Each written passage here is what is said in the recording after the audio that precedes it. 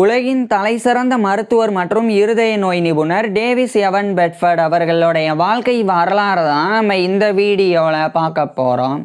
1898 August 21 அன்னைக்கு இங்கிலாந்துடைய லிங்கன்ஷையரில் இருக்கிற பாஸ்டனில் William பெட்ஃபர்டுக்கும் Lillian பெட்ஃபர்டுக்கும் மகனாக பிறக்கிறார் டேவிஸ் எவன் பெட்ஃபர்ட். இவருடைய அப்பா ஒரு ஜேபி, அதாவது ஜஸ்டிஸ் ஆஃப் பீஸாக இருந்திருக்கிறாங்க. மேலும் இவருடைய அப்பா ஒரு மாவு ஆலையை நடத்தக்கூடிய ஃப்ளவர் மில்லராகவும் இருந்திருக்கிறாங்க. இதனால் இவருடைய குடும்பம் நல்ல நிலையில் வாழ்ந்து வந்திருக்கிறாங்க. குழந்தை பருவத்திலிருந்தே டேவிஸ் எவன் பெட்ஃபர்ட் ஒரு சுறுசுறுப்பான குழந்தையாக இருந்து வந்தாங்க. இவர் வளர வளர டேவிஸ் எவன் பெட்ஃபர்ட் நிறைய ஸ்போர்ட்ஸில் ஆர்வம் காட்ட தொடங்கியிருந்தாங்க. இந்த நிலையில் கரெக்டாக 1903 ஆண்டுடைய ஆரம்ப காலகட்டத்தில் டேவிஸ் எவன் பெட்ஃபர்டுக்கு 4 வயது இருக்கும்போது, அதாவது டேவிஸ் எவன் பெட்ஃபர்ட் ஆகஸ்டில் பிறந்திருந்தனால 1903 ஆண்டுடைய ஆரம்ப காலகட்டத்தில் டேவிஸ் எவன் பெட்ஃபர்டுக்கு 4 வயது இருந்தது. அப்போது இவருடைய அப்பா இவரை படிக்க வைக்கிறதுக்காக இங்கிலாந்துடைய லிங்கன்ஷையரில் இருக்கிற பாஸ்டன்ல இருந்து அதே இங்கிலாந்துடைய சஃபெக்ல இருக்கிற இப்ஸ்விச்சுக்கு இவரை அனுப்பிடுறாங்க. குறிப்பாக அங்கே இருக்கக்கூடிய இப்ஸ்விச் ஸ்கூல் அப்படின்ற ஒரு போர்டிங் அண்ட் டே ஸ்கூலில் இவரை சேர்த்துடுறாங்க. அந்த இப்ஸ்விச் ஸ்கூலில் பிரைமரி எஜுகேஷனில் ஆரம்பித்து ஹையர் எஜுகேஷன் வரைக்கும் படிக்கிறதுக்கு உண்டான ஃபெசிலிட்டிஸ் இருக்குது.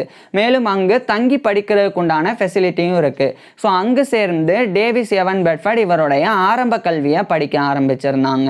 தொடக்கம் முதலே பள்ளி பாடங்களை முழு கவனத்தோட நல்லா படிக்கக்கூடிய ஒரு பிரில்லியண்டான ஸ்டூடெண்டாக டேவிஸ் எவன் பெட்ஃபர்ட் திகழ்ந்து வந்தாங்க. இதுக்கப்புறம் 1908 ஆண்டுடைய ஆரம்ப காலகட்டத்தில் இவருடைய 9 வயதில் டேவிஸ் எவன் பெட்ஃபர்ட் இவருடைய ஆரம்ப கல்வியை முடிச்சிடுறாங்க. பிறகு அந்த இப்ஸ்விச் ஸ்கூலில் ஹையர் எஜுகேஷனும் படிக்கிறதுக்கு உண்டான ஃபெசிலிட்டி இருக்கிறனால தொடர்ந்து டேவிஸ் எவன் பெட்ஃபர்ட் அங்கே இவருடைய ஹையர் எஜுகேஷன் உயர்கல்வியையும் படிக்க ஆரம்பிச்சிருந்தாங்க. உயர்கல்வியின் போது டேவிஸ் எவன் பெட்ஃபர்ட் கிளாசிக்கல் எஜுகேஷன்ஸான இந்த ஃபிலாசபி, தத்துவம், லிட்ரேச்சர், இலக்கியம், ஹிஸ்ட்ரி, வரலாறு இது போன்ற பாடங்களை படித்து வந்தாங்க. மேலும் இதே காலகட்டத்தில் பள்ளி பாடங்களில் மட்டும் இல்லாமல் அந்த ஸ்கூல் லெவலில் நடத்தக்கூடிய நிறைய ஸ்போர்ட்ஸ்லையும் இவர் பங்களிப்பை கொடுக்க தொடங்கியிருந்தாங்க. குறிப்பாக இவர் கிரிக்கெட், கால்ஃப், அதுக்கப்புறமா ஹாக்கி, பில்லியார்ட்ஸ் அப்படின்ற இந்த 4 ஸ்போர்ட்ஸில் அதிகமான ஆர்வம் காட்டி இவர் ஈடுபட்டு வந்தாங்க.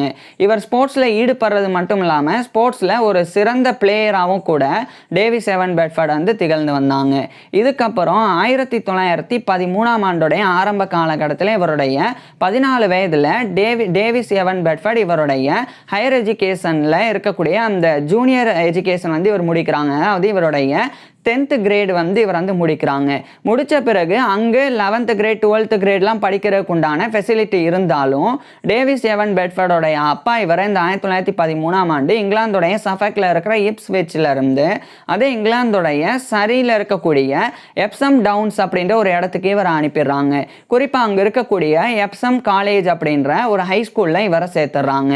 ஸோ அது பேரளவில் காலேஜ் அப்படின்னு இருந்தாலும் அது ஒரு ஹை ஸ்கூல். ஸோ அந்த எப்சம் காலேஜில் ஜாயின் பண்ணி டேவிஸ் எவன் பெட்ஃபர்ட் இவருடைய ஹையர் எஜுகேஷன் படிக்க ஆரம்பிச்சிருந்தாங்க. குறிப்பாக இவருடைய 11th கிரேட்லேருந்து அங்கே இவருடைய கல்வியை தொடர்ந்து படிக்க ஆரம்பிக்கிறாங்க. இந்த சமயம்தான் டேவிஸ் எவன் பெட்ஃபர்டுக்கு மருத்துவத்தின் மீது ஆர்வம் ஏற்படுது. ஸோ இவர் ஒரு மருத்துவர் ஆகணும் அப்படின்னு முடிவும் செய்கிறாங்க. இந்த நிலையில் 1915 ஆண்டுடைய ஆரம்ப காலகட்டத்தில் இவருடைய 16 வயதில் டேவிஸ் எவன் பெட்ஃபர்ட் இவருடைய ஹையர் எஜுகேஷனை இந்த எப்சம் காலேஜில் இருந்து முடிச்சிடுறாங்க. முடித்த பிறகு தொடர்ந்து அதே எப்சம் காலேஜில் இவர் ப்ரீ மெட்ரிகுலேஷன் ஸ்டடி பண்ண ஆரம்பிக்கிறாங்க. இது பிஃபோர் காலேஜ் ப்ரிப்பரட்டரி கோர்ஸ் அப்படின்னு அழைக்கப்படும். அதாவது காலேஜ் ஜாயின் பண்ணி படிக்கிறதுக்கு முன்னாடி படிக்கக்கூடிய ஒரு 1 இயர் கோர்ஸ் தான் இது. இது 6th form education, A class education அப்படின்னு கூட அழைக்கப்படும். ஸோ அங்கே இவருடைய ஹையர் எஜுகேஷன் முடித்த பிறகு அந்த எப்சம் காலேஜில் ப்ரீ மெட்ரிகுலேஷன் ஸ்டடி இவர் ஓராண்டு படிக்கிறாங்க. அடுத்து 1916 ஆண்டுடைய ஆரம்ப காலகட்டத்தில் இவருடைய 17 வயதில் டேவிஸ் எவன் பெட்ஃபர்ட் இவருடைய ப்ரீ மெட்ரிகுலேஷன் ஸ்டடி அந்த பிஃபோர் காலேஜ் ப்ரிப்பரட்டரி கோர்ஸ் அப்படின்ற 1 இயர் கோர்ஸை இவர் கம்ப்ளீட் பண்ணிடுறாங்க.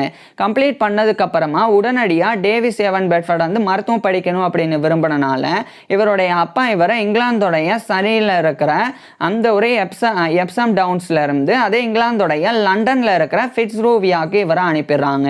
குறிப்பாக அந்த ஃபிட்ஸ்ரூவியாவில் இருக்கக்கூடிய middle sex hospital medical school அங்கே டேவிஸ் எவன் பெட்ஃபர்ட் இவருடைய அப்பா சேர்த்துறாங்க.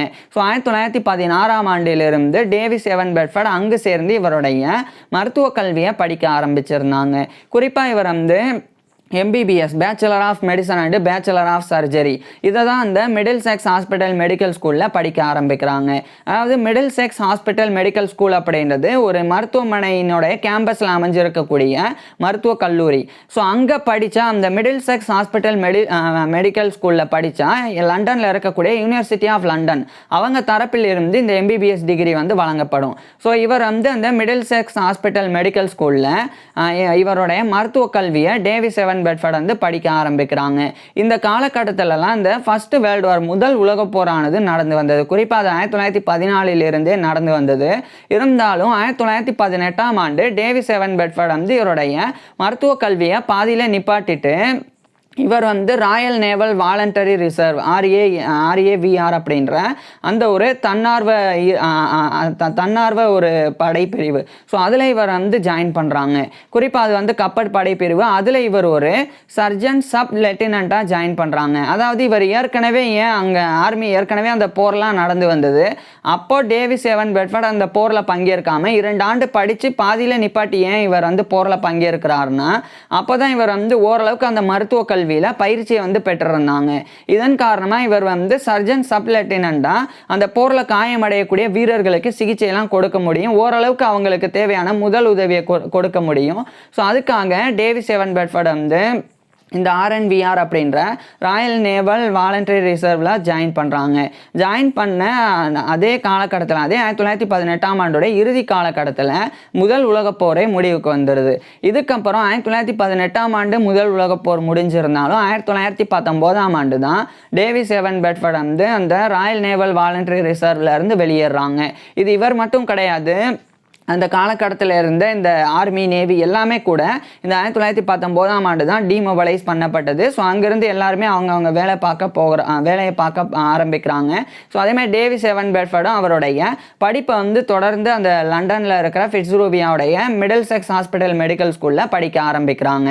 இதுக்கப்புறம் டேவிஸ் எவன் பெட்ஃபோர்ட் வந்து MBBS டிகிரி மட்டும் பெறுறதுக்கு இல்லாமல் அந்த லண்டன்லேயே இருக்கக்கூடிய Royal college of Physicians of London அப்படின்ற ஃபிசிசியன்ஸ் மருத்துவர்களுக்கு உண்டான ராயல் காலேஜ் அதனுடைய லைசன்ஸை பெறணும் அப்படின்னு அதுக்குண்டான எக்ஸாமினேஷனுக்காக ப்ரிப்பேர் ஆகவும் ஆரம்பிக்கிறாங்க. அது மட்டும் இல்லாமல் அதே லண்டனில் இருக்கக்கூடிய Royal college of Surgeons of England அப்படின்ற சர்ஜன்ஸ் அறுவை சிகிச்சை நிபுணர்களுக்கு உண்டான ஒரு ராயல் காலேஜ் அதனுடைய மெம்பர்ஷிப்பை பெறணும் அப்படின்னு அதுக்குண்டான எக்ஸாமினேஷனுக்கு இவர் வந்து ப்ரிப்பேர் ஆக தொடங்குறாங்க. இதுக்கிடையில் 1921ஆம் ஆண்டு கிட்டத்தட்ட இவருடைய 22-23 வயதில் டேவிஸ் எவன் பெட்ஃபோர்ட் வந்து அந்த MBBS bachelor of medicine and bachelor of சர்ஜரியை மிடில் செக்ஸ் ஹாஸ்பிட்டல் மெடிக்கல் ஸ்கூலில் கம்ப்ளீட் பண்ணி யூனிவர்சிட்டி ஆஃப் லண்டன்லேருந்து அந்த டிகிரியை பெற்றுறாங்க. பெற்ற இதே 1921ஆம் ஆண்டு தான் licentiate of the royal college of physicians LRCP அப்படின்ற அந்த லைசன்ஸை பெறாங்க. மேலும் அதே 1921ஆம் ஆண்டு member of the royal college of surgeons MRCS அப்படின்ற மெம்பர்ஷிப்பையும் பெறாங்க. இதுக்கப்புறமா அந்த Middlesex hospital medical school அந்த மிடில் செக்ஸ் ஹாஸ்பிட்டலில் இவர் ஒரு ஹவுஸ் ஃபிசிஷியனாக ஜாயின் பண்ணுறாங்க. அதாவது இப்போ டேவிஸ் எவன் பெட்ஃபோர்ட் வந்து MBBS முடித்த உடனே இவர் ஒரு மருத்துவராக நோயாளிகளுக்கு சிகிச்சையெல்லாம் கொடுக்க முடியாது. அதுக்கு முன்னாடி டேவிஸ் எவன் பெட்ஃபோர்ட் வந்து ஒரு மருத்துவமனையில் சேர்ந்து அங்கே இருக்கக்கூடிய தேர்ந்த மருத்துவர்கள் நோயாளிகளுக்கு சிகிச்சை கொடுக்கறத பார்த்து பயிற்சி பெறணும். அதுக்கப்புறமா அந்த தேர்ந்த மருத்துவர்களினுடைய மேற்பார்வையின் கீழே டேவிஸ் எவன் பெட்ஃபோர்ட் நோயாளிகளுக்கு சிகிச்சை கொடுக்கணும். இதெல்லாம் சரியாக செஞ்சால் தான் டேவிஸ் எவன் பெட்ஃபோர்ட் ஒரு மருத்துவராக தகுதி பெற முடியும். இதுக்காக தான் இவர் வந்து படித்த அந்த Middlesex hospital medical school அதோட அசோசியேட்டான மிடில் செக்ஸ் ஹாஸ்பிட்டலில் இவர் ஜாயின் பண்ணுறாங்க. ஒரு ஹவுஸ் ஃபிசிஷியனாக இவருடைய மெடிக்கல் ட்ரைனிங்கை மேற்கொள்ள ஆரம்பிக்கிறாங்க. அடுத்து படிப்படியாக டேவிஸ் எவன் பெட்ஃபோர்டுக்கு மெல்ல மெல்ல இந்த இருதயவியல் கார்டியாலஜி அதில் வந்து ஆர்வம் ஏற்பட ஆரம்பிக்குது. இதயம் சார்ந்த நோய்கள் எப்படி ஏற்படுது, அதுக்கு எப்படி சிகிச்சை கொடுக்கணும், அதில் பயிற்சி பெறணும் அப்படின்னு டேவிஸ் எவன் பெட்ஃபோர்ட் வந்து ஆர்வம் காட்ட தொடங்குறாங்க. இந்த நிலையில் இவருடைய மெடிக்கல் ட்ரைனிங்கும் அந்த மிடில் செக்ஸ் ஹாஸ்பிட்டலில் முடிக்கிறாங்க. இவர் மெடிக்கல் ட்ரைனிங்கை வந்து முடிச்சதுக்கு அப்புறமா ஹவுஸ் ஃபிசிஷியன் அப்படின்ற பதவியிலிருந்து இவர் ஒரு கேஷுவாலிட்டி மெடிக்கல் ஆஃபீஸராக பதவி உயர்வை பெறாங்க. அதுக்கப்புறமா மெடிக்கல் ரெஜிஸ்ட்ராராகவும் இவர் வந்து நியமிக்கப்படுறாங்க. இந்த காலகட்டத்தில் தான் இவர் வந்து ஹார்ட் அண்ட் சர்க்குலேஷன் அதாவது இதயம் மற்றும் நம்மளுடைய பிளட் சர்க்குலேஷன் அது குறித்து வெளிவந்த வரலாற்று ரீதியான நிறைய ரேரான புக்ஸ் அதெல்லாமே இவர் வந்து சேகரிக்கவும் ஆரம்பிக்கிறாங்க. அதாவது நிறைய அரிய புத்தகங்கள், அதுவும் குறிப்பாக இந்த இருதய நோய், அதேமாதிரி நம்மளுடைய பிளட் சர்க்குலேஷன் சிஸ்டம் அது குறித்து வெளிவந்திருக்கக்கூடிய அரிய புத்தகங்கள் அதை டேவிஸ் எவன் பெட்ஃபோர்ட் வந்து கலெக்ட் பண்ண ஆரம்பிக்கிறாங்க. இது ஒரு புறம் இருக்க, இவர் வந்து மெடிக்கல் ரெஜிஸ்ட்ரார் அப்படின்ற பதவியிலிருந்து ரெசிடென்ட் அனஸ்தெட்டிஸ்டாக வந்து நியமிக்கப்படுறாங்க. அதாவது மயக்க மருந்து கொடுக்கறதுக்கு அப்போ ஏதாவது ஒரு நோயாளிக்கு அறுவை சிகிச்சை பண்ணுறாங்கன்னா அப்போ மயக்க மருந்து கொடுக்கறதுக்கு உதவியாளராக இருக்கக்கூடிய பணிபுரிஞ்சு அந்த மயக்க மருந்து கொடுக்கக்கூடிய அந்த முறைகளை கற்றுக்கக்கூடிய ஒரு ரெசிடென்ட் அனஸ்தெட்டிஸ்டாக தான் இவர் வந்து டேவிஸ் எவன் பெட்ஃபோர்ட் வந்து பணிபுரிஞ்சு வந்தாங்க. அதுக்கப்புறம் இவர் வந்து அந்த லண்டன்லேயே இருக்கக்கூடிய ஹோர்பிங்டன் அப்படின்ற இடம், அங்கே இருக்கக்கூடிய ஓர்பிங்டன் ஹாஸ்பிட்டல், இது வந்து மினிஸ்ட்ரி ஆஃப் பென்ஷன்ஸ் அவங்களுடையது. ஸோ அந்த ஓர்பிங்டன் ஹாஸ்பிட்டலுடைய கார்டியாலஜி வார்ட்ஸ், அதாவது இருதயவியலுக்காகவே இருக்கக்கூடிய அந்த இருதய நோய்க்காக சிகிச்சை கொடுக்கறதுக்காக உருவாக்கப்பட்டிருக்கக்கூடிய கார்டியாலஜி வார்ட்ஸ், அங்கே ஒரு ஃபிசிஷியனாக குறிப்பாக ஒரு மெடிக்கல் ஆஃபீஸராக இவர் வந்து நியமிக்கப்படுறாங்க. டேவிஸ் எவன் பெட்ஃபோர்ட் வந்து நியமிக்கப்படுறாங்க. ஏன்னா இவருக்கு வந்து இதயம் சார்ந்த விஷயங்களில் பயிற்சி பெறணும் அப்படின்றதுக்காக இவர் வந்து இந்த மிடில் செக்ஸ் ஹாஸ்பிட்டலில் ஒரு அந்த ரெசிடென்ட் அனஸ்தெட்டிஸ்ட் அப்படின்ற பொறுப்பில் இருக்கும்போது அதே லண்டனுடைய ஓர்பிங்டனில் இருக்கிற ஓர்பிங்டன் ஹாஸ்பிட்டலுடைய கார்டியாலஜி வார்ட்ஸில் ஒரு மெடிக்கல் ஆஃபீஸராகவும் பணிபுரிய தொடங்குறாங்க. இந்த நிலையில் தொடர்ச்சியாக இவர் வந்து மெடிசனில் போஸ்ட் கிராஜுவேட் ஆன டாக்டர் ஆஃப் மெடிசன் அப்படின்ற எம்டி டிகிரி அதையுமே டேவிஸ் எவன் பெட்ஃபோர்ட் வந்து யூனிவர்சிட்டி ஆஃப் லண்டன் தரப்பிலிருந்து படிக்கிறாங்க. படித்து 1925ஆம் ஆண்டு கிட்டத்தட்ட இவருடைய 27 வயதில் டேவிஸ் எவன் பெட்ஃபோர்ட் இவருடைய டாக்டர் ஆஃப் மெடிசன் அப்படின்ற எம்டி டிகிரியை முடிக்கிறாங்க. மேலும் இந்த காலகட்டத்தில் சர் ஜான் பார்க்கின்சன் அப்படின்னு ஒரு கார்டியாலஜிஸ்ட், இருதய நோய் நிபுணர், இந்த சர் ஜான் பார்க்கின்சனுடைய வாழ்க்கை வரலாறு நம்ம ஏற்கனவே பார்த்துருக்கிறோம். ஸோ அவர்னால ஈர்க்கப்பட்டு டேவிஸ் எவன் பெட்ஃபோர்ட் வந்து அவர்கிட்ட இருந்து கார்டியாலஜி சார்ந்த நிறைய விஷயங்கள் கற்றுக்குறாங்க. அடுத்து அந்த சர் ஜான் பார்க்கின்சனே டேவிஸ் எவன் பெட்ஃபோர்டை வந்து கூடுதலாக இருதய நோய் சார்ந்து கற்றுக்கிறதுக்கு பிரான்ஸுக்கு போக சொல்லி வலியுறுத்துறாங்க. இதனால் இந்த 1925 காலகட்டத்தில் டேவிஸ் எவன் பெட்ஃபோர்ட் வந்து டாக்டர் ஆஃப் மெடிசன் முடிச்சதுக்கப்புறமா இந்த இங்கிலாந்தில் இருக்கிற லண்டனில் இருந்து ஃப்ரான்ஸில் இருக்கிற பாரிஸுக்கு இவர் போகிறாங்க. அங்கே போனதுக்கப்புறமா இவர் வந்து சார்ல்ஸ் லாபெரி அப்படின்னு ஒரு கார்டியாலஜிஸ்ட், அதுக்கப்புறமா லூயிஸ் கால்பார்டின் அப்படின்னு சொல்லி இன்னொரு கார்டியாலஜிஸ்ட். ஸோ அவங்ககிட்ட இருந்து இவர் வந்து இருதயவியலை கற்றுக்குறாங்க. இன்னும் கூடுதலாக இந்த ஹார்ட் அட்டாக் சம்மந்தமாக, அது வந்து மயோகார்டியல் இன்ஃபாக்ஷன் அப்படின்னு அழைக்கப்படும். ஸோ அது குறித்து இவர் வந்து கற்றுக்குறாங்க. அதுமாதிரி இதயத்தில் ஏற்படக்கூடிய பல பாதிப்புகள் குறித்து டேவிஸ் எவன் பெட்ஃபோர்ட் வந்து மருத்துவ கல்வியாகவும் மருத்துவ பயிற்சியாகவும் பிரான்ஸில் இவருடைய நாட்களை வந்து செலவழித்தாங்க. அதுக்கப்புறம் 1926ஆம் ஆண்டு இங்கிலாந்துடைய லண்டனில் இருக்கிற லண்டன் ஹாஸ்பிட்டல் அவங்க தரப்பிலிருந்து இவருக்கு வந்து பேட்டர்சன் ரிசர்ச் ஸ்காலர்ஷிப் அப்படின்ற ஸ்காலர்ஷிப் வழங்கப்படுது, ஒரு ரிசர்ச் ஸ்காலர்ஷிப் வழங்கப்படுது. ஸோ இதை பயன்படுத்துறதுக்காக இவர் வந்து இந்த 1926ஆம் ஆண்டு பிரான்ஸில் இருக்கிற பாரிஸில் இருந்து மறுபடியும் இங்கிலாந்தில் இருக்கிற லண்டனுக்கே வந்து லண்டன் ஹாஸ்பிட்டலில் ஒரு பேட்டர்சன் ரிசர்ச் ஸ்காலராக ஒர்க் பண்ண ஆரம்பிக்கிறாங்க. இவருடைய ஆராய்ச்சியை மேற்கொள்ள தொடங்குறாங்க. மேலும் அதே லண்டனில் இருக்கிற மிடில் செக்ஸ் ஹாஸ்பிட்டலுடைய ஒரு அசிஸ்டன்ட் ஃபிசிஷியன், உதவி மருத்துவராகவும் டேவிஸ் எவன் பெட்ஃபோர்ட் வந்து நியமிக்கப்படுறாங்க. இந்த காலகட்டத்தில் சர் ஜான் பார்க்கின்சன் கூட இணைஞ்சு டேவிஸ் எவன் பெட்ஃபோர்ட் வந்து இருதயவியல் சார்ந்த நிறைய ரிசர்ச் பேப்பர்ஸ் எழுதி பப்ளிஷ் பண்ண ஆரம்பிக்கிறாங்க. இது இந்த காலகட்டத்தில் மிகப்பெரிய அளவில் போற்றப்பட்டது. எந்த அளவுக்கு அப்படின்னா இவங்க ரெண்டு பேருடைய காம்பினேஷன், சர் ஜான் பார்க்கின்சனும் டேவிஸ் எவன் பெட்ஃபோர்ட், இவங்க ரெண்டு பேருடைய அந்த ஒரு காம்பினேஷன் ஆனது one of the best combinations of the contemporary to the literature of cardiology அப்படின்னு அழைக்கப்பட்டது. அந்த அளவுக்கு இந்த இருதயவியல் இலக்கணத்தில் வந்து ஒரு மிகப்பெரிய ஒரு பங்களிப்பை சர் ஜான் பார்க்கின்சனும் டேவிஸ் எவன் பெட்ஃபோர்டும் கொடுக்க தொடங்கியிருந்தாங்க. குறிப்பாக இந்த சிக்னிஃபிகண்டான சில அட்வான்சஸை இந்த கார்டியாலஜி சார்ந்த ட்ரீட்மெண்ட்டில் டேவிஸ் எவன் பெட்ஃபோர்ட் வந்து ஏற்படுத்த தொடங்குறாங்க. இதுக்கிடையில் டேவிஸ் எவன் பெட்ஃபோர்ட் வந்து கன்ஜெனிட்டல் ஹார்ட் டிசீஸ், பிறப்பிலிருந்து ஏற்படக்கூடிய இருதய நோய் அது குறித்த ஒரு ஆய்வில் இவர் வந்து ஈடுபட்டாங்க. அதனுடைய முடிவை இவர் வந்து aneurysmal dilatation of the pulmonary artery in a case of congenital heart disease அப்படின்ற டைட்டில் 1928 ஜனவரி மாதம் இவர் வந்து டேவிஸ் எவன் பெட்ஃபர்ட் வந்து அந்த ஒரு ரிசர்ச் பேப்பரை பப்ளிஷ் பண்ணுறாங்க. அதுக்கப்புறமா டேவிஸ் எவன் பெட்ஃபர்ட் வந்து டிபர்குலோஸ் பெரிகார்டைட்டிஸ் அப்படின்னு இன்னொரு ரிசர்ச் பேப்பர், இதையும் இதே 1928 மே மாதம் பப்ளிஷ் பண்ணுறாங்க. இந்த நிலையில் இதே 1928ஆம் ஆண்டு பிரிட்டிஷ் கார்டியோவாஸ்குலர் சொசைட்டி, அது வந்து அந்த காலகட்டத்தில் கார்டியா கிளப் அப்படின்னு அழைக்கப்பட்டது. ஸோ அந்த கார்டியா கிளப் இப்போதைய பிரிட்டிஷ் கார்டியோவாஸ்குலர் சொசைட்டி அதனுடைய ஒரு மெம்பராக 1928ஆம் ஆண்டு டேவிஸ் எவன் பெட்ஃபர்ட் வந்து நியமிக்கப்படுறாங்க. இதை தொடர்ந்து இவர் வந்து ஒரு 100 கேசஸ், அதாவது 100 இருதய நோயினால் பாதிக்கப்பட்டவங்க, குறிப்பாக வந்து கோரினரி த்ராம்போசிஸ் அப்படின்ற வகையான இருதய நோயினால் பாதிக்கப்பட்டவங்க 100 பேரை எடுத்து ஆராய்ச்சி பண்ணி அதனுடைய முடிவை இவர் வந்து பப்ளிஷ் பண்ணாங்க. இதனாலையும் டேவிஸ் எவன் பெட்ஃபர்ட் வந்து ரொம்ப ஒரு இருதய நோய் நிபுணராக ஃபேமஸ் ஆக தொடங்கியிருந்தாங்க. மேலும் டேவிஸ் எவன் பெட்ஃபர்ட் வந்து கூடுதலாக ஒரு ரிசர்ச் ஒர்க்கை வந்து எழுதினாங்க. அது வந்து 3 cases ஆஃப் கிரானிக் ரூமேட்டிக் டிசீஸ் அப்படின்ற அந்த ஒரு டைட்டிலில் இவர் வந்து ஒரு ஒர்க்கை வந்து எழுதுகிறான். 3 cases of congenital heart disease with cyanosis in adults அப்படின்னு ஒரு ரிசர்ச் பேப்பர். இது 1929ஆம் ஆண்டு டிசம்பரில் டேவிஸ் எவன் பெட்ஃபர்ட் பப்ளிஷ் பண்ணுறாங்க. அடுத்து 2 ஆண்டுகளுக்கு பிறகு அந்த Royal college of Physicians of London, அதாவது இவர் லைசன்ஸ் பெற்ற அந்த ஒரு ஃபிசிஷியன்ஸுக்கு உண்டான ராயல் காலேஜ், அதனுடைய ஃபெல்லோஷிப்பையும் 1931ஆம் ஆண்டு டேவிஸ் எவன் பெட்ஃபர்ட் பெறாங்க. So fellow of the royal college of physicians FRCP அப்படின்ற இந்த ஒரு பட்டத்தை கௌரவத்தை 1931ஆம் ஆண்டு டேவிஸ் எவன் பெட்ஃபர்ட் பெற்றுறாங்க. இதுக்கப்புறமா 1932ஆம் ஆண்டு டேவிஸ் எவன் பெட்ஃபர்ட் வந்து அப்போதைய கார்டியா கிளப், அதாவது இன்றைய பிரிட்டிஷ் கார்டியோவாஸ்குலர் சொசைட்டி அதனுடைய ஒரு செக்ரட்டரியா செயலாளராக இவர் வந்து 1932ஆம் ஆண்டு நியமிக்கப்படுறாங்க. இதுக்கப்புறமா லண்டன்லே இருக்கக்கூடிய நேஷனல் ஹார்ட் ஹாஸ்பிட்டல் அப்படின்றது அது இன்னைக்கு கிடையாது, ஆனால் 1930 காலகட்டத்தில் இவர் பணிபுரியும் போது இருந்தது. இன்ஃபேக்ட் சொல்ல போனால் 2015 அந்த காலகட்டம் வரைக்கும் கூட இருந்தது.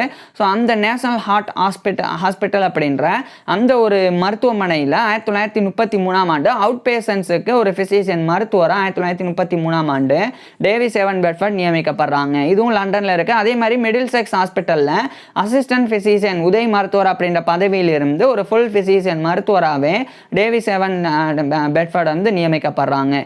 இதை தொடர்ந்து இதே 1933ஆம் ஆண்டு ஜூன் 1 அன்னைக்கு டேவிஸ் எவன் பெட்ஃபர்ட் வந்து A case of chronic rheumatic disease அப்படின்னு சொல்லி ஒரு ரிசர்ச் ஒர்க் எழுதி பப்ளிஷ் பண்ணுறாங்க. அதுக்கப்புறமா டேவிஸ் எவன் பெட்ஃபர்ட் வந்து இன்னும் கூடுதலாக பல்வேறு ஆராய்ச்சியில் சர் ஜான் பார்க்கின்சன் கூட சேர்ந்து ஈடுபட்டு வந்தாங்க. இந்த நிலையில் 1935ஆம் ஆண்டு கிட்டத்தட்ட இவருடைய 37 வயதில் டேவிஸ் எவன் பெட்ஃபர்ட் வந்து ஆட்ரி செலினா ஈலி அப்படின்ற ஒரு பெண்ணை வந்து திருமணம் பண்ணிக்கிறாங்க. இந்த ஆட்ரி செலினா ஈலி அப்படின்றவங்க வந்து 1902ஆம் ஆண்டு பிறந்தவங்க. டேவிஸ் எவன் பெட்ஃபர்டை விட 4 வயது கம்மி. ஸோ அவங்கள வந்து 1935ஆம் ஆண்டு கிட்டத்தட்ட இவருடைய 37 வயதில் டேவிஸ் எவன் பெட்ஃபர்ட் திருமணம் பண்ணிக்கிறாங்க. திருமணத்துக்கு பிறகு டேவிஸ் எவன் பெட்ஃபர்டுக்கும் இவருடைய மனைவியான ஆட்ரி செலினா ஈலி பெட்ஃபர்ட் இவங்க 2 பேருக்குமே 2 ஆண் குழந்தைகள் பிறந்தது. இது டேவிஸ் எவன் பெட்ஃபர்டோடைய பர்சனல் லைஃப், தனிப்பட்ட வாழ்க்கையாக இருந்தது. இது ஒரு புறம் இருக்கு. 1936ஆம் ஆண்டு டேவிஸ் எவன் பெட்ஃபர்ட் வந்து அந்த பிரிட்டிஷ் கார்டியோவாஸ்குலர் சொசைட்டியோடைய செக்ரட்டரி அப்படின்ற அந்த ஒரு பதவியில் இருந்து விலகுறாங்க.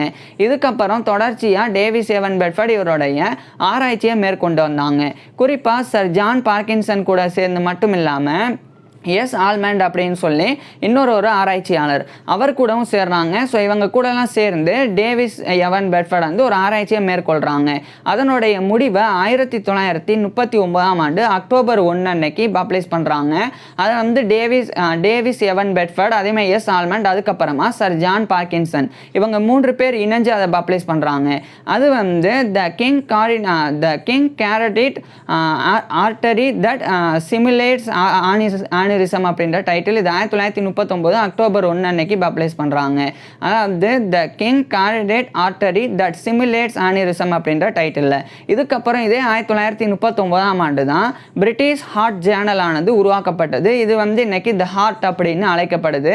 இது இங்கிலாந்தில் இருக்கக்கூடிய ஒரு மருத்துவ இதழ், குறிப்பாக இருதயவியலுக்காக உருவாக்கப்பட்ட ஒரு மருத்துவ இதழ் தான் இது. இது குறிப்பாக பிரிட்டிஷ் மெடிக்கல் ஜேர்னல் BMJ அவங்களால வந்து உருவாக்கப்பட்டது. ஸோ அந்த பிரிட்டிஷ் ஹார்ட் ஜேர்னல் அதனுடைய ஒரு கோ எடிட்டராக அது நிறுவப்பட்ட உடனடியாக 1939ஆம் ஆண்டு டேவிஸ் எவன் பெட்ஃபோர்ட் வந்து நியமிக்கப்படுறாங்க. அதே பொறுப்பில் ஜான் மாரிஸ் கேம்பல் அப்படின்ற இன்னொரு மருத்துவரும் நியமிக்கப்பட்டாங்க. ஸோ இவங்க 2 பேரும் இணைஞ்சு கோ எடிட்டர்ஸாக இருந்து அந்த பிரிட்டிஷ் ஹார்ட் ஜேர்னலில் நிறைய ரிசர்ச் ஒர்க்ஸ் எழுதி பப்ளிஷ் பண்ண ஆரம்பிக்கிறாங்க. இது ஒரு புறம் இருக்குது. இதே 1939ஆம் ஆண்டு செகண்ட் வேர்ல்டு வாரும் 2ஆம் உலகப் போரும் வந்து தொடங்கிறது.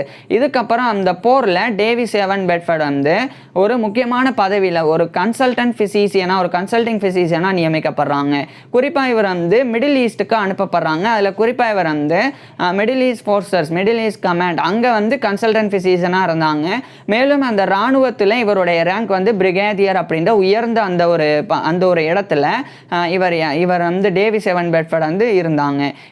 இதுக்கிடையில் 1941ஆம் ஆண்டு ஜனவரி 1 அன்னைக்கு டேவிஸ் எவன் பெட்ஃபோர்ட் வந்து இன்னும் 2 பேர் கூட சேர்ந்து சார் ஜான் பார்க்கின்சன் மாதிரியே CPAP அப்படின்ற இன்னொரு நபர். ஸோ இந்த 2 நபர்கள் கூட சேர்ந்து ஏட்ரியல் சப்டல் டிஃபெக்ட் அப்படின்ற ஒரு ஒர்க்கு இதை வந்து 1941 ஜனவரி 1 அன்னைக்கு டேவிஸ் எவன் பெட்ஃபோர்ட் வந்து பப்ளிஷ் பண்ணுறாங்க. ஸோ அது வந்து ஏட்ரியல் சப்டல் டிஃபெக்ட் அப்படின்ற டைட்டில். இதுக்கப்புறம் 2 ஆண்டுகளுக்கு பிறகு அந்த போரின் போது டூனஸ் அப்படின்ற இடத்துக்கு சார் வின்ஸ்டன் சர்ச்சில் வந்து வந்திருந்தாங்க. இந்த வின்ஸ்டன் சர்ச்சில் தான் அப்போதைய யுனைடெட் கிங்டமுடைய பிரைம் மினிஸ்டராக இருந்தவர். குறிப்பாக இங்கிலாந்துடைய பிரைம் மினிஸ்டராக இருந்தவர். அவர் வந்து நிமோனியானால் பாதிக்கப்படுறாங்க. குறிப்பாக அவருக்கு கார்டியால் அதாவது இருதயத்தில் நிறைய பிரச்சனைகள் இருந்தது. அதன் மூலமாக அவர் நிமோனியானால் பாதிக்கப்பட்டிருந்தாங்க. நிமோனியா அப்படின்றது நுரையீரல் வந்து கல்லாயிட்டே போயிடும், பஞ்சாக இருக்காது. அதனால் மூச்சு குழாயில் பாதிக்கப்பட்டு நிறைய பிரச்சனைகள் ஏற்பட்டு உயிரிழப்பை ஏற்படக்கூடிய அளவில் ரொம்ப கொடிய ஒரு நோய். அந்த நிமோனியா ஏற்பட்ட பிறகு இவர் உடனடியாக லார்ட் மாரன் அப்படின்ற ஒரு நபர்னால இவர் வந்து அழைக்கப்படுறாங்க. டேவிஸ் எவன் பெட்ஃபோர்ட் வந்து அழைக்கப்படுறாங்க வின்ஸ்டன் சர்ச்சிலுக்கு ட்ரீட்மெண்ட் கொடுக்கறதுக்கு. ஸோ இது வந்து 1943 நடக்குது. அப்போது டேவிஸ் எவன் பெட்ஃபோர்ட் வந்து முக்கியமாக ஒரு சல்ஃபனமைட் ட்ரக்கை வந்து பயன்படுத்துகிறாங்க. சல்ஃபனமைட் ட்ரக்ஸில் ஒன்றை பயன்படுத்துகிறாங்க. அதை பயன்படுத்தி வின்ஸ்டன் சர்ச்சில் டேவிஸ் எவன் பெட்ஃபோர்டும் லார்ட் மாரன் இவங்க 2 பேரும் வந்து காப்பாற்றுறாங்க. பிறகு இவங்க 2 பேருடைய பேரில் அந்த ட்ரக்கோடைய பேரே அந்த சல்ஃபனமைட் ட்ரக்கோடைய பேரே வந்து மாற்றம் பண்ணப்பட்டது. குறிப்பாக அதாவது லார்ட் மாரன் அவருடைய பேர் எம். அதே மாதிரி எம் அண்டு B693 இதில் பி வந்து டேவிஸ் எவன் பெட்ஃபோர்டோடைய பெட்ஃபோர்ட் அப்படின்ற பேரை குறிப்பிடுது. ஸோ எம் அண்ட் B693 அப்படின்னு சொல்லி அந்த சல்ஃபனமைட் ட்ரக்குக்கு பேரிடப்பட்டது. இது டேவிஸ் எவன் பெட்ஃபோர்டு கிடைக்கக்கூடிய ஒரு பெரிய ஒரு கௌரவமாக இருந்தது. இதை தாண்டி 1944ஆம் ஆண்டு யுனிவர்சிட்டி ஆஃப் கைரோ தரப்பிலிருந்து இவருக்கு வந்து ஹானரி MD அப்படின்ற டாக்டர் ஆஃப் மெடிசன் அப்படின்ற கௌரவ டாக்டர் பட்டம் வழங்கப்படுது. இதை தொடர்ந்து 1945ஆம் ஆண்டு 2ஆம் உலகப் போரானது முடிவடையுது. இந்த 2ஆம் உலகப் போர் முடிவடைஞ்சதுக்கு அப்புறமா டேவிஸ் எவன் பெட்ஃபோர்ட் வந்து போரிலிருந்து வெளிவராங்க. வெளிவந்த பிறகு மறுபடியும் மிடில்செக்ஸ் ஹாஸ்பிட்டல், அதாவது இங்கிலாந்துடைய லண்டனுக்கு வந்து மிடில்செக்ஸ் ஹாஸ்பிட்டல், அதே மாதிரி வார்பிங்டன் ஹாஸ்பிட்டல் 2 இடத்துலையுமே மருத்துவராக இவர் பணிபுரிய தொடங்குறாங்க. மிடில்செக்ஸ் ஹாஸ்பிட்டல்லையும் அந்த நேஷனல் ஹார்ட் ஹாஸ்பிட்டல் இது 2 இடங்களில் இவர் வந்து இவருடைய பணியை வந்து ரிசூம் பண்ணுறாங்க, தொடர்றாங்க.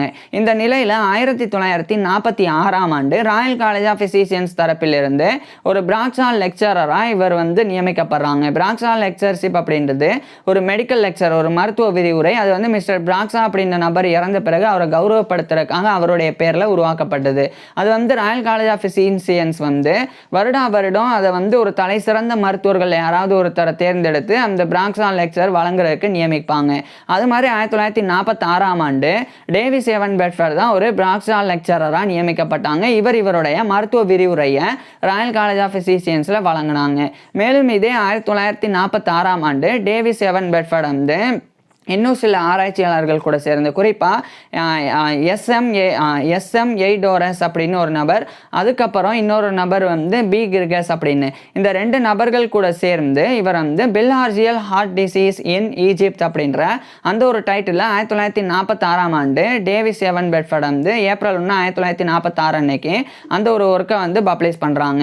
அது வந்து bilharzial heart disease in Egypt cor pulmonale due to bilharzial bilharzial pulmonary endarteritis அப்படின்னு ஃபுல் டைட்டில் இந்த ஒரு புக்கு நேம், இந்த ஒரு ரிசர்ச் பேப்பர் நேம். ஸோ இதை பப்ளிஷ் பண்ணுறாங்க. இதுக்கப்புறம் டேவிஸ் எவன் பெட்ஃபோர்ட் வந்து பல்வேறு நாடுகளில் இருந்து பல கௌரவங்களை பெற ஆரம்பிக்கிறாங்க.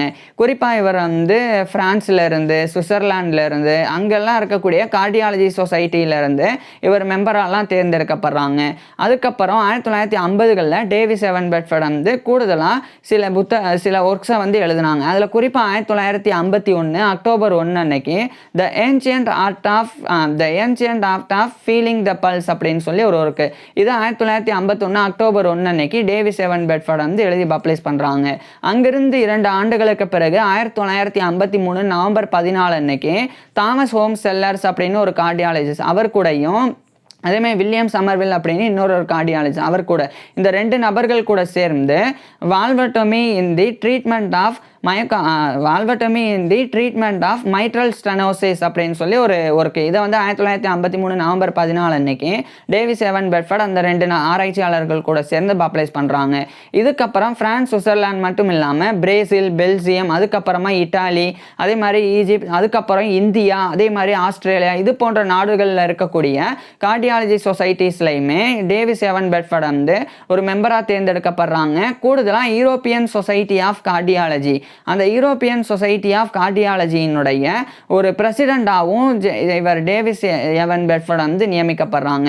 இது மாதிரி டேவிஸ் எவன் பெட்ஃபோர்ட் வந்து கூடுதலாக இந்த பிரிட்டிஷ் கார்டியாலஜி சொசைட்டி அதனுடைய ஒரு பிரசிடெண்டாக 1960ஆம் ஆண்டு நியமிக்கப்படுறாங்க. ஸோ 1960ஆம் ஆண்டு British cardiology society, British cardiac society அப்படின்னு அழைக்கப்படும் அதனுடைய ஒரு பிரசிடெண்டாக டேவிஸ் எவன் பெட்ஃபோர்ட் நியமிக்கப்படுறாங்க. மேலும் அந்த ராயல் காலேஜ் ஆஃப் பிசிசியன்ஸோடைய ஒரு லம்லியன் லெக்சரராகவும் அதே 1960ஆம் ஆண்டு நியமிக்கப்படுறாங்க. லம்லியன் லெக்சர்ஸ் அப்படின்றது வந்து அதுவும் ஒரு மெடிக்கல் லெக்சர். அது வந்து ஜான் லம்லி அப்படின்றவர் இறந்த பிறகு அவரை கௌரவப்படுத்துறதுக்காக ஜான் லம்லியோடைய பேரில் லம்லியன் லெக்சர் அப்படின்னு உருவாக்கப்பட்டது. ஸோ அது வழங்குறதுக்கு 1960ஆம் ஆண்டு டேவிஸ் எவன் பெட்ஃபோர்ட் வந்து நியமிக்கப்பட்டாங்க. அடுத்து அங்கிருந்து 3 ஆண்டுகளுக்கு பிறகு 1963ஆம் ஆண்டு இங்கிலாந்து தரப்பிலிருந்து, யுனைடெட் கிங்டம் தரப்பிலிருந்து இவருக்கு வந்து Commander of the Order of the British Empire CBE அப்படின்ற அந்த ஒரு கௌரவத்தை வழங்கி இவரை 1963ஆம் ஆண்டு கௌரவப்படுத்தினாங்க. அடுத்து 1964ஆம் ஆண்டு பிரிட்டிஷ் கார்டியாக் சொசைட்டியோடைய பிரசிடென்ட் அப்படின்ற அந்த ஒரு பதவியை நிறைவு செய்கிறாங்க. டேவிஸ் எவன் பெட்ஃபோர்ட் வந்து நிறைவு செய்கிறாங்க. இதுக்கப்புறமா டேவிஸ் எவன் பெட்ஃபோர்ட் வந்து இன்னும் கூடுதலாக சில விஷயங்களில் சில பொறுப்புகள் எல்லாம் நியமிக்கப்பட்டாங்க. குறிப்பாக 1968ஆம் ஆண்டு அந்த ராயல் காலேஜ் ஆஃப் பிசிசியன்ஸோடைய ஒரு ஹார்வேன் ஒரேட்டராகவே இவர் நியமிக்கப்படுறாங்க. அதாவது வில்லியம் ஹார்வே அப்படின்னு ஒரு மருத்துவர், அவர் தான் சர்க்குலேட்டரி சிஸ்டமை கண்டுபிடிச்சவர், டிஸ்கவர் பண்ணவர். அந்த வில்லியம் ஹார்வேயுடைய வாழ்க்கை வரலாறு நம்ம ஏற்கனவே பார்த்துருக்குறோம். ஸோ அவர் இறந்த பிறகு அவரை கௌரவப்படுத்துறதுக்காக உருவாக்கப்பட்டது தான் வில்லியம் ஹார்வேயுடைய பேரில் ஹார்வேன் ஒரேசன் அப்படின்னு ஒரு மருத்துவ விரிவுரை, ஒரு மெடிக்கல் லெக்சர். அது 1968ஆம் ஆண்டு வழங்குறதுக்கு ராயல் காலேஜ் ஆஃப் பிசிசியன்ஸ் தரப்பிலிருந்து டேவிஸ் எவன் பெட்ஃபோர்ட் நியமிக்கப்பட்டாங்க. இதுவும் இவர் கிடைக்கக்கூடிய ஒரு பெரிய ஒரு கௌரவமாக இருந்தது. இது ஒரு புறம் இருக்க இவர் வந்து இந்த ஹார்ட் அண்டு சர்க்குலேஷன் அது குறித்த இவருடைய ஒர்க்ஸ் எல்லாமே இவர் வந்து கேட்லாக் பண்ண ஆரம்பிக்கிறாங்க. அதை வந்து கலெக்ட் பண்ண எல்லாத்தையுமே வந்து கேட்லாக் ஆஃப் தி எவன் பெட்ஃபோர்ட் லைப்ரரி ஆஃப் கார்டியாலஜி அப்படின்னு மாற்றி ஆயிரக்கணக்கான புத்தகங்களை இவர் சேகரிச்சிருந்தாங்க. அது 1971ஆம் ஆண்டு ராயல் காலேஜ் ஆஃப் பிசிசியன்ஸோடைய ஹார்வேயன் லைப்ரரிக்கு அதை வந்து ஒப்படைக்கிறாங்க. இது வந்து பீட்டர் ராபின்சன் ஃப்ளம்மிங் அப்படின்ற ஒரு நபர்னால இந்த ஒரு புத்தகங்கள், இந்த ஒரு நூலகம் இவர் வழங்கிய ஆயிரக்கணக்கான புத்தகங்கள் வந்து ஒரு கார்டியாலஜியோட ஹிஸ்டரியில் இன்டிஸ்பென்சிபிள், தவிர்க்க முடியாத புத்தக தொகுப்பு அப்படின்னு பாராட்டப்பட்டது. மேலும் மிக முக்கியத்துவம் வாய்ந்தது அப்படின்னும் பாராட்டப்பட்டது. ஸோ அவ்வளோ ரேரான புக்ஸை 1971ஆம் ஆண்டு ராயல் காலேஜ் ஆஃப் பிசிசியன்ஸோடைய ஹார்வேயன் லைப்ரரிக்கு டேவிஸ் எவன் பெட்ஃபோர்ட் வந்து வழங்கினாங்க. இதுக்கப்புறம் டேவிஸ் எவன் பெட்ஃபோர்ட் வந்து படிப்படியாக ரிட்டையர் ஆக ஆரம்பிக்கிறாங்க. இவருடைய உடல்நிலை மோசமடைய தொடங்குது. இறுதியாக 1978ஆம் ஆண்டு ஜனவரி 24 அன்னைக்கு இவருடைய 79 வயதில் டேவிஸ் எவன் பெட்ஃபோர்ட் இறந்து போயிடுறாங்க. ஸோ 1978 ஜனவரி 24 அன்னைக்கு இவருடைய 79 வயதில் டேவிஸ் எவன் பெட்ஃபோர்ட் இறந்து போயிடுறாங்க. இவர் இறந்து போயிட்டாலும் இவர்னால ராயல் காலேஜ் ஆஃப் பிசிசியன்ஸுக்கு வழங்கப்பட்ட அந்த அந்த எவன் பெட்ஃபர்ட் லைப்ரரி ஆஃப் கார்டியாலஜி அப்படின்ற அந்த கேட்டலாக் தொகுப்பு அது மிகப்பெரிய அளவில் இன்றைக்கி வரைக்கும் லண்டனுடைய ராயல் காலேஜ் ஆஃப் ஃபிசிஷியன்ஸில் இருக்கிற ஹார்வேன் லைப்ரரியில் வைத்து பாதுகாக்கப்பட்டு வருது. கார்டியாலஜியில் நிறைய சிக்னிஃபிகன்ஸான அட்வான்சஸ் வந்து ஏற்படுறதுக்கு இந்த மாதிரி டேவிஸ் எவன் பெட்ஃபர்டோடைய பங்களிப்பு மிக முக்கியமானதாக இருந்தது. குறிப்பாக வந்து அந்த இருதயவியலில் இருதய நோய்க்குண்டான ட்ரீட்மெண்ட்டில் ஆரம்பித்து அதை எப்படி கண்டறிகிறது, என்ன நோய் இருக்குது அப்படின்னு கண்டறிகிறது அப்படின்ற வரைக்கும் அதில் பல முக்கியமான மேம்பாடுகளை டேவிஸ் எவன் பெட்ஃபர்டோடைய நிறைய ரிசர்ச் ஒர்க்ஸ் ஆனது ஏற்படுத்தியது. ஸோ இந்த அளவுக்கு இருதயவியல் துறையில் மிகப்பெரிய தாக்கத்தை ஏற்படுத்தி இருக்கக்கூடிய இந்த டேவிஸ் எவன் பெட்ஃபர்ட் பற்றி நீங்கள் என்ன நினைக்கிறீங்க அப்படின்றத கீழே கமெண்ட்ஸில் சொல்லுங்கள். உங்களுக்கு எந்த மாதிரியான டாபிக்ஸில் எந்த மாதிரியான வீடியோஸ் வேணும் அப்படின்றதையும் கீழே கமெண்ட்ஸில் சொல்லுங்கள். தேங்க்யூ.